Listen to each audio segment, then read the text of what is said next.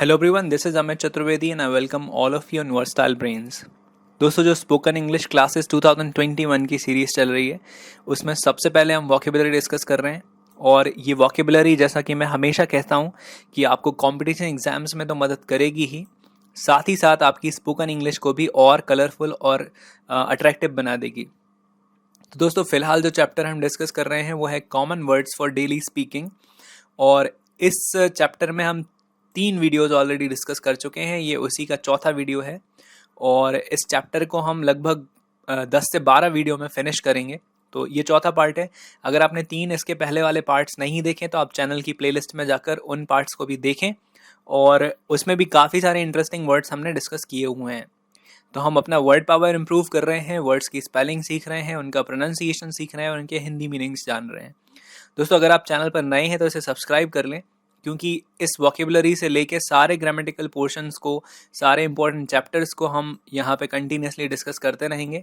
और इस इंग्लिश की जो क्लास है इसको हम बहुत एडवांस लेवल पर ले जाने वाले हैं। तो मैं चाहता हूँ कि आप इसको शुरू से ही ज्वाइन करें ताकि आपको आगे आने वाले वीडियोस ठीक ठीक समझ में आ सकें। तो दोस्तों, चलिए शुरू करते हैं। आज का पहला वर्ड है पीतल, यानी जो मेटल होती है पीतल, उसको हम इंग्लिश में कहते हैं ब्रास। ब्रास यानी होता है पीतल। और अगर कांसे की बात की जाए तो उसको हम कहते हैं ब्रॉन्ज। ब्रॉन्ज यानी होता है कांसा। ठीक, अगर कहा जाए इस्पात यानी कि लोहा तो उसको हम इस इंग्लिश में कहते हैं स्टील। इसको आयरन भी बोला जाता है। नेक्स्ट है तांबा। तो तांबे को हम इंग्लिश में कहते हैं कॉपर। ये इसकी स्पेलिंग है COPPER। इसको हम इंग्लिश में पढ़ते हैं कॉपर। नेक्स्ट शब्द है टीवी देखने वाला, यानी टीवी देखने वाला इन द सेंस जो व्यक्ति बहुत ज़्यादा टीवी देखता है, यानी दिन के 12 में से लगभग 8 से 10 घंटे जो टीवी के सामने बैठा रहता है, तो उसको हम इंग्लिश में काउच पोटैटो कहते हैं। ये एक आइडियोमेटिकल टर्म है। काउच पोटैटो मतलब टीवी देखने वाला, बहुत ज़्यादा टीवी देखने वाला। ठीक, काउच का मतलब होता है सोफ़ा और पोटैटो मतलब होता है आलू, यानी सोफे पे आलू की तरह बैठे हुए कंटिन्यूसली टीवी देखने वाले को कहते हैं काउच पोटैटो। नेक्स्ट शब्द है चाटना। तो उसको इंग्लिश में हम कहते हैं लिक। LICK इसकी स्पेलिंग होती है। दोस्तों, नेक्स्ट जो शब्द है वो है बेकार पड़ा हुआ। तो उसको हम इंग्लिश में कहते हैं डिसयूज्ड। ये जो शब्द है यूज्ड, इसी में आगे लगा हुआ है डिस, तो ये बन गया डिसयूज्ड। डिसयूज्ड मतलब बेकार पड़ा हुआ, जिसका कोई उपयोग नहीं हो रहा है सालों से। नेक्स्ट है उजागर करना। तो उजागर करने को इंग्लिश में हम कहते हैं रिवील करना। रिवील मतलब उजागर कर लेना। नेक्स्ट है छिपाना। तो छिपाने को इंग्लिश में हम कहते हैं कंसील कर देना। कंजील, ये कंजील एक ऑप्शन भी होता है कई सारे फोटो और वीडियो एडिटर्स में, जिसमें इंसान के पिंपल्स और रिंकल्स और बहुत सारे फेस में जो डॉट्स होते हैं उनको कंसील करके उनको हटा देते हैं, आदमी के चेहरे को फेयर बना देते हैं। तो कंसील करना मतलब होता है छिपाना। नेक्स्ट है मानना। तो मानने को इंग्लिश में हम कहते हैं रिगार्ड करना। रिगार्ड मतलब होता है मानना, किसी व्यक्ति को अपना भाई मानना, दोस्त मानना या बहुत सम्माननीय मानना, तो उसको रिगार्ड करना उसे उस लेवल से। नेक्स्ट है बदलना। तो उसको हम इंग्लिश में कहते हैं चेंज। ये एक नॉर्मल शब्द है, कॉमनली यूज होता है। फिर नेक्स्ट शब्द है आकर्षित करना। तो उसको हम इंग्लिश में कहते हैं अट्रैक्ट। ये एक वर्ब फॉर्म है, इसमें आप ING और सेकंड फॉर्म ED लगाकर बना सकते हैं। तो आकर्षित करना मतलब अट्रैक्ट। नेक्स्ट शब्द है आकर्षक। तो इसको हम इंग्लिश में बोलते हैं अट्रैक्टिव। ठीक है, अट्रैक्टिव मतलब आकर्षक। और अगर इसका उल्टा बना दिया जाए, यानी अनाकर्षक, यानी जो आकर्षित नहीं करता, तो उसको हम कहते हैं रिपल्सिव। तो अट्रैक्टिव का उल्टा होता है रिपल्सिव। री और पल्सिव। रिपल्सिव मतलब अनाकर्षक। नेक्स्ट है हस्तक्षेप करना। तो उसको हम इंग्लिश में कहते हैं इंटरफियर करना। इंटर और फियर। इंटरफियर करना मतलब बीच में उचकना, हस्तक्षेप करना। और अगर हस्तक्षेप अपने आप में शब्द की बात की जाए, यानी वर्ब अगर हम इसको ना बनाए, तो इसको हम इंग्लिश में बोलते हैं इंटरफेरेंस। इंटरफेरेंस मतलब हस्तक्षेप अकेला। नेक्स्ट शब्द है गोता या फिर गोते लगाना। तो इसको हम इंग्लिश में कहते हैं डाइव। ये भी एक वर्ब है। इसमें इसको सेकंड या थर्ड फॉर्म में भी चेंज कर सकते हैं और ING भी लगा सकते हैं। तो गोता या गोते लगाना होता है डाइव। नेक्स्ट है प्रदर्शन करना। तो इसको हम इंग्लिश में बोलते हैं परफॉर्म करना।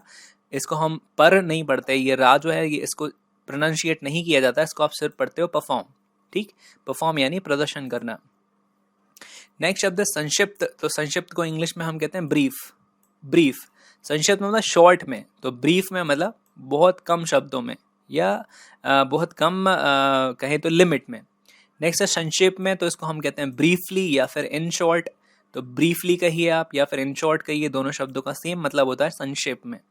नेक्स्ट है लगभग। तो इसको हम इंग्लिश में बोलते हैं अबाउट। अबाउट या फिर हम कहते हैं अप्रॉक्सीमेटली, दोनों शब्द इस्तेमाल होते हैं लगभग कहने के लिए।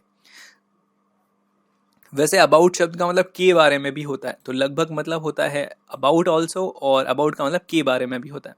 नेक्स्ट है सीढ़ियाँ, तो इसको हम इंग्लिश में बोलते हैं स्टेप्स। स्टेप्स मतलब होता है सीढ़ियाँ। अगर जीने की बात की जाए, जीना जो हमारे घर में दूसरे फ्लोर पर जाने के लिए होता है, तो उसको हम इंग्लिश में बोलते हैं स्टेयर। STAIR। जनरली इसमें एस लगा हुआ था क्योंकि जीने एक से ज़्यादा ही होते हैं अक्सर, तो हम इसको इंग्लिश में स्टेयर्स कहते हैं। नेक्स्ट है सीढ़ी या फिर नसेनी, यानी जो ऐसी चीज़ होती है जिसको हम छत पर जाने के लिए इस्तेमाल करते हैं या किसी ऊंचाई वाली जगह पर जाने के लिए इस्तेमाल करते हैं, तो उसको हम इंग्लिश में या तो लैडर बोलते हैं या फिर हम इसको स्टेप लैडर बोलते हैं। स्टेप लैडर या फिर लैडर। नेक्स्ट शब्द है जीने से ऊपर, यानी जीने से ऊपर की तरफ जाना, तो उसको हम इंग्लिश में बोलते हैं अपस्टेयर।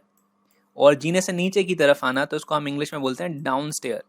तो अपस्टेयर मतलब ऊपर की तरफ जाना, और डाउन स्टेयर मतलब नीचे की तरफ जाना।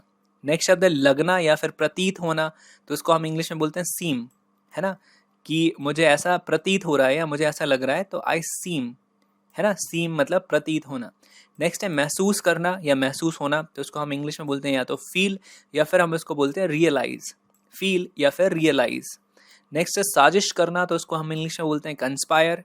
कंस्पायर मतलब साजिश करना, या फिर हैच कंस्पिरेसी मतलब भी होता है साजिश करना। तो दोस्तों ये थे कुछ आज के इंपॉर्टेंट वर्ड्स। आई होप कि ये वर्ड्स आपको बहुत हेल्प करने वाले हैं आपकी स्पोकन इंग्लिश में और कंपटीशन एग्जाम्स में भी। अगर आपको कुछ कहना है, पूछना है या बताना है, तो आप मुझे नीचे कमेंट सेक्शन में लिख सकते हैं। अगर आप चाहें तो मुझे फेसबुक पर इस यूज़र नेम के साथ सर्च करके वहाँ भी फॉलो कर सकते हैं, और आप मुझे डायरेक्टली मैसेज भी भेज सकते हैं। और दोस्तों अगर आप इस चैनल पर नए हैं तो प्लीज़ इसको सब्सक्राइब कर लें। इस तरह के काफ़ी इन्फॉर्मेटिव वीडियोस इंग्लिश से रिलेटेड हम आगे भी डिस्कस करते रहेंगे। तो दोस्तों आज के लिए बस इतना ही। अभी अपन मिलेंगे अगले वीडियो के साथ, तब तक के लिए बाय बाय।